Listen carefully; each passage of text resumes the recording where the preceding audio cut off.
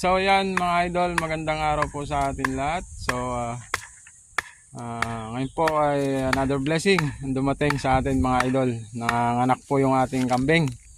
Yan. So bali tatlo po yung anak. Yan, bibihira lamang po sa kambing ang tatlo ang anak. Kaya napakapalad po natin mga idol. Yan o. Isa, dalawa, isa. Yun.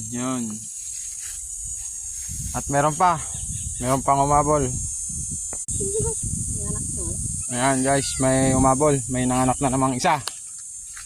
Yan, kakaanak lang. Halos kakaanak lang. Buti pumunta tayo dito sa bukid. Yan. Ano. Kakaanak lang guys.